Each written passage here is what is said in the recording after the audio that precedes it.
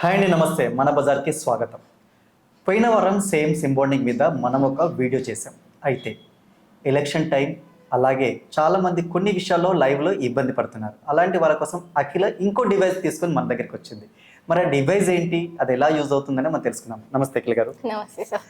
కొత్త ప్రోడక్ట్ పోయిన వారం ఒక ప్రోడక్ట్ తెచ్చారు, మళ్ళీ అంతలోనే ఇంకో ప్రోడక్ట్ తెచ్చారు. అసలు ఏది వాడాలో తెలియట్లేదు. ఏంటి దానికి దీనికి ఉన్న డిఫరెన్సెస్ ఏంటి? ఇది వచ్చేసి కొత్త ప్రోడక్ట్ అండి. మేము రీసెంట్ గా లాంచ్ చేసాము. ఏంటంటే ఈ బాండింగ్ డివైజెస్ ఖచ్చితంగా ఇది ఇంటర్నెట్ బాండింగ్ రౌటర్ అండి. డైరెక్ట్ గా మనం సిమ్ కార్డ్స్ ఇన్సర్ట్ చేసుకోవచ్చు. లైక్ అందులో పాత ప్రోడక్ట్ లో చూసినట్టయితే మనకి యూఎస్బి ఇంటర్ఫేసెస్ వచ్చాయి కదా. ఇందులో ఏంటంటే direct SIM card, inbuilt SIM card slots ఉంటాయి. మనం ఏవైనా 4 డిఫరెంట్ ఆపరేటర్స్ యూస్ చేసుకోవచ్చు. ఆ స్లాట్స్ వచ్చేసి 4G సిమ్ కార్డ్స్ ఉన్నాయండి యాజ్ ఆఫ్ నౌ. కానీ ఫ్యూచర్లో 5G అప్గ్రేడేషన్ వస్తే కనుక ఖచ్చితంగా మేము ఫ్రీ ఆఫ్ కాస్ట్ అప్గ్రేడేషన్ చేస్తూ ఉంటాము. అండ్ ఇది వచ్చేసి ముందు డిస్ప్లే ఉంటుంది. ఇందులో మనం అన్నీ చూసుకోవచ్చు. లైక్ ఏ సిమ్ స్లాట్, ఏమేమి ఆపరేటర్స్ వేసాము, అండ్ సర్వర్ ఏంటి, ఏ లొకేషన్ ఉంది, రియల్ టైం డేటా ఎంత వస్తుంది, అవన్నీ మనం ఇక్కడ మేనేజ్ చేసుకోవచ్చు.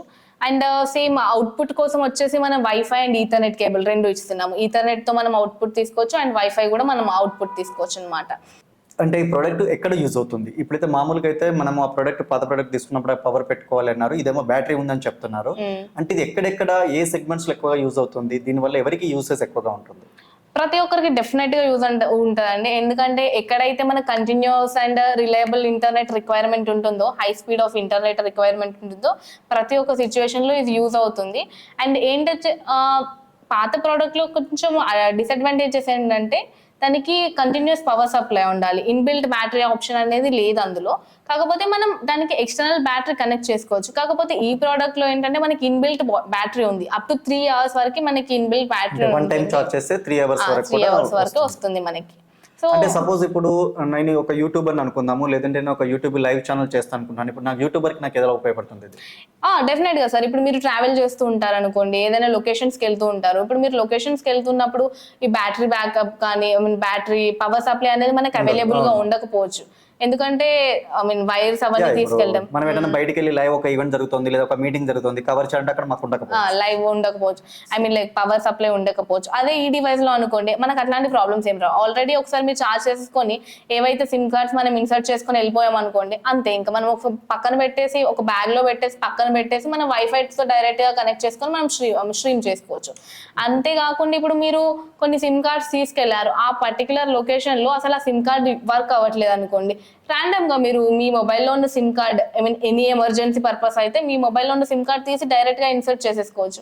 మొబైల్ ఇంజెక్టర్ అయితే ప్రతి ఒక్కరి దగ్గర ఉంటుంది. మొబైల్ తో ఇది కనెక్ట్ కాదంటారా? ఆ మొబైల్ ఫోన్ తో కనెక్ట్ చేయడం పాసిబుల్. సిమ్స్ మాత్రమే దీంట్లో పెట్టుకోవడానికి అవకాశం ఉంటుంది. yes, only SIM cards. Okay. ఇప్పుడు నాకు ట్రావెల్ లోకి వెళ్తున్నాను అనుకోండి, ట్రావెల్ లో నాకు ఒక సిమ్ అప్ అవుతుంది, ఒక సిమ్ డౌన్ అవుతుంటుంది. అటువంటి వాటి కూడా కరెక్ట్ గా బాండింగ్ తీసుకొని ఏది ఉందో అవుతుందా, లేకుంటే ఎలా అవుతుంది ఇది? yes సార్, డెఫినెట్ గా. ఏంటంటే సేమ్ మన జిఫీ లింక్ లాగానే దీనికి కూడా డాష్ బోర్డ్ ఉంటుంది. మనం అన్ని అనలిటిక్స్ అన్ని చూసుకోవచ్చు, అనలైజ్ చేసుకోవచ్చు.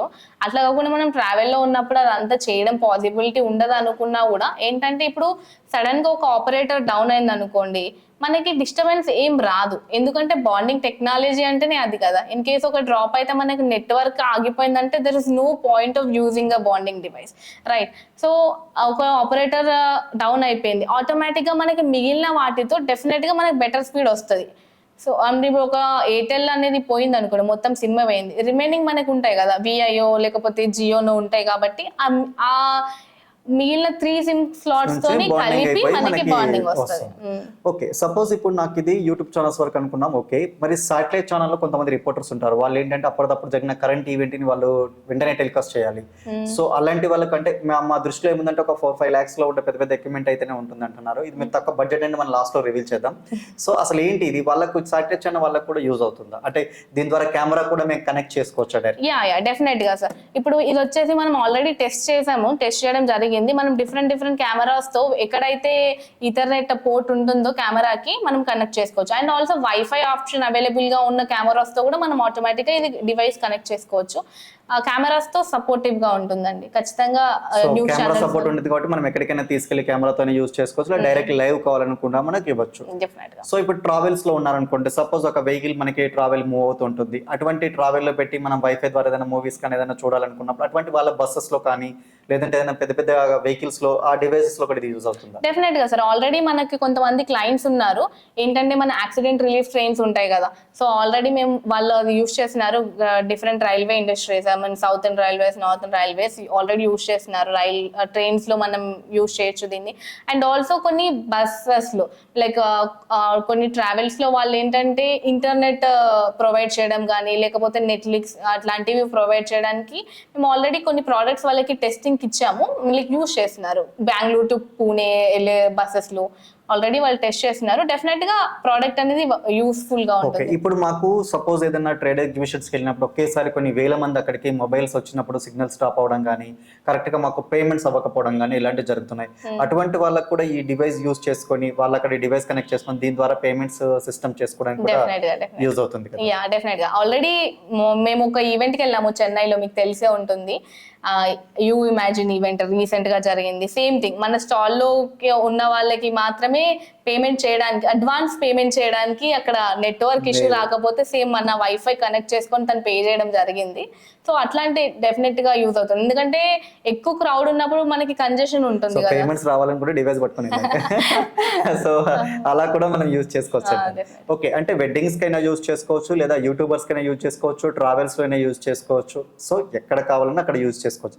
ఓకే, మరి దీన్ని ప్రైస్ ఎలా ఉంటుంది? మమ్మల్ని భయపెట్టేలా ఉంటుందా లేకుంటే మేము తీసుకునే బడ్జెట్ లో ఉంటుందా? లేదు సార్, జనరల్ గా వచ్చేసి ఇట్లాంటి డివైసెస్ అని మనకి హై కాస్ట్ లో ఉన్నాయి, లైక్ 4 lakh 5 lakh అట్లా ఉన్నాయి. ఇది మేక్ ఇన్ ఇండియా ప్రోడక్ట్ అండి. సో మనం జనరల్ గా మన ఇండియా పీపుల్ కి అవైలబుల్ గా ఉండేలాగా 95,000 ప్లస్ GST కి సేల్ చేస్తున్నాము.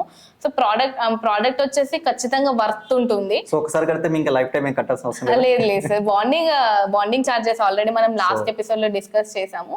సో సర్వర్ చార్జెస్ ఉంటాయి 15,000 సేమ్, బికాస్ సేమ్. సపోజ్ నేను ఈ డివైస్ తీసుకున్నాను 1 year తర్వాత నేను కట్టలేదు, నా డివైస్ వేస్ట్ అవుతుందా? లేదు సార్, డెఫినెట్ గా వేస్ట్ అవ్వదు. ఏంటంటే మేము ఈ డాష్ బోర్డ్ లో మనకి ఒక ఆప్షన్ ప్రొవైడ్ చేస్తున్నాము, load balancing option. Load balancing టెక్నాలజీలో ఏం జరుగుతుందంటే నేను డిఫరెంట్ ఆపరేటర్స్ యూజ్ చేస్తున్నాను. లోడ్ బ్యాలెన్సింగ్ లో ఏం చేస్తుందంటే ఏ ఆపరేటర్ అయితే నాకు బెటర్ స్పీడ్ ఇస్తుందో ఆ ఒక్క ఆపరేటర్ మాత్రమే తీసుకుంటుంది. ఏంటంటే ఇప్పుడు నేను జియో ఎయిర్టెల్ అన్ని వేసిన తర్వాత నాకు జియో వచ్చేసి 20 Mbps స్పీడ్ ఇస్తుంది, ఎయిర్టెల్ వచ్చేసి 10 Mbps స్పీడ్ ఇస్తుంది. సో నాకు ఓన్లీ జియో నుంచి మాత్రమే స్పీడ్ తీసుకోవడం అనేది జరుగుతుంది. కానీ బాండింగ్ లో అలా అవ్వదు కదా, మొత్తం కలిపి నేను యూజ్ చేసుకోవచ్చు. సో ఆ లోడ్ బ్యాలెన్సింగ్ టెక్నాలజీ అనేది మనము డాష్ బోర్డ్ లో సాఫ్ట్వేర్ URL ఉంటుంది కదా, మనం అందులో అడ్జస్ట్ చేసుకోవచ్చు. అది కనుక ఎనేబుల్ చేసినట్టయితే మనం వితౌట్ అది ఎనేబుల్ చేసాము అంటే ఒకవేళ మనం ఇయర్ తర్వాత నేను సబ్స్క్రిప్షన్ కట్టకపోయినా కూడా నా డివైస్ లో ఏం చేస్తుందంటే 4 సిమ్ముల్లో ఉన్న ఒక సిమ్ ఏదైతే హై ఎండ్ ఉందో దాని నెట్వర్క్ ని బయటికి పుష్ చేస్తుంది. సో మిగతా 3 డమ్మీ అయిపోతాయి. సో నేను సర్వర్ పే చేస్తే 4 కలిపి మళ్ళీ నాకు ఇస్తుంది.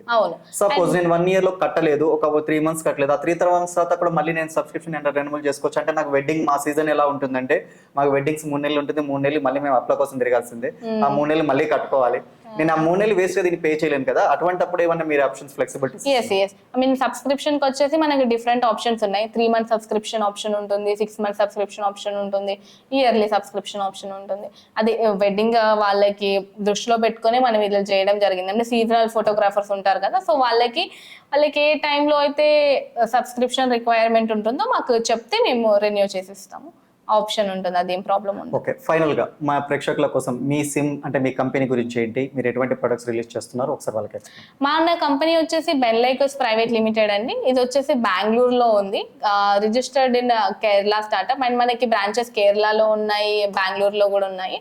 కస్టమర్స్ వచ్చేసి ఆల్ ఓవర్ ద వరల్డ్ ఉన్నారు. అరౌండ్ 7 countries లో మన ప్రోడక్ట్స్ యూస్ చేస్తున్నారు, like Saudi, Australia, different countries లో కూడా మనకి ప్రోడక్ట్స్ యూస్ చేయడం జరుగుతుంది. ఏంటంటే ఇప్పుడు నేను ఇండియాలో పర్చేస్ చేశాను, తర్వాత నేను యూకేకి కానీ వేరే కంట్రీకి వెళ్తున్నాను అనుకోండి, అప్పుడు మీరు మాకు ఇన్ఫార్మ్ చేస్తే మేము సర్వర్ మీకు అక్కడ ఆ కంట్రీలో సెటప్ చేయడం జరుగుతుంది. మీరు క్యారీ డివైస్ ని మీకు ఏ కంట్రీకి వరల్డ్ కావాలి ఎక్కడికైనా చేంజ్ చేసుకోవచ్చు. చేసుకోవచ్చు. అండ్ మనం మానిటర్ కూడా డాష్ బోర్డ్ లో చూసినట్టయితే వరల్డ్ లో నుంచి ఎక్కడి నుంచి అయినా కూడా మనం మన డివైస్ ని మానిటర్ చేయొచ్చు. ఏ స్పీడ్ ఎంత ఉంది, ఎవరెవరు యూస్ ఏమేమి అవుట్పుట్ డివైసెస్ కనెక్ట్ చేశారు, ఇన్పుట్ ఏమేమి ఇచ్చాము, అవన్నీ మనం మానిటర్ చేయొచ్చు. అండ్ ఇది వచ్చేసి ఎలక్ట్రానిక్ సిటీలో ఉందండి మన ఆఫీస్ వచ్చేసి. ఇది మన 2019లోనే స్టార్ట్ చేశారు. It is a startup actually and make in India product. So we're actually selling it for a good price for a people. Okay, thank you very much అండి. థ్యాంక్ యూ అఖిల గారు. చూసారు కదా మన తెలుగమ్మాయి చెప్పిన చాలా విషయాలన్నీ కూడా సిమ్ బాండింగ్ లో. మీకు ఏదైనా సలహాలు కావాలి, ఏదైనా మీకు డౌట్స్ ఉన్నాయి, టెక్నికల్ ఇష్యూస్ ఏదైనా ఫేస్ చేస్తున్నారు, దాని గురించి సొల్యూషన్ కావాలంటే మన అఖిల గారిని మీరు సంప్రదించవచ్చు. డిస్క్రిప్షన్ లో మీకు నంబర్ ఇస్తున్నాను. అలాగే ఇంకా ప్రొడక్ట్స్ తెస్తుందంట. ఈ ఒక్క ప్రొడక్టే కాదండి, చాలా వస్తున్నాయి. మీ ముందు చాలా ప్రొడక్ట్స్ ఇస్తాను అంటుంది. సో ఆ ప్రొడక్ట్స్ ని సాధారణంగా మనం ఆహ్వానిస్తాము. అలాగే మీరు ఏదైనా ప్రోడక్ట్ డీల్ చేస్తున్నారా, మీ ప్రోడక్ట్ గురించి 10 మందికి తెలియాలంటే మన ఫోటోస్పాట్ నంబర్ని సంప్రదించండి. స్టే ట్యూన్, సబ్స్క్రైబ్ చేయడం మర్చిపోద్దు, అలాగే షేర్ చేయడం కూడా మర్చిపోద్దు. ఎందుకంటే ఇది చాలా మందికి ఉపయోగపడే సమస్య. ఇది చాలా గ్రామీణ స్థాయిలో ఈ సమస్య ఉంది కాబట్టి దీన్ని షేర్ చేయండి. 10 మందితో మీ యొక్క అభిప్రాయాన్ని పంచుకోండి. మరొక వీడియోతో మన బజార్లో మన ఫోటోస్పాట్ వద్దాం. థ్యాంక్ యూ అండి. Thank you very much. Thank you.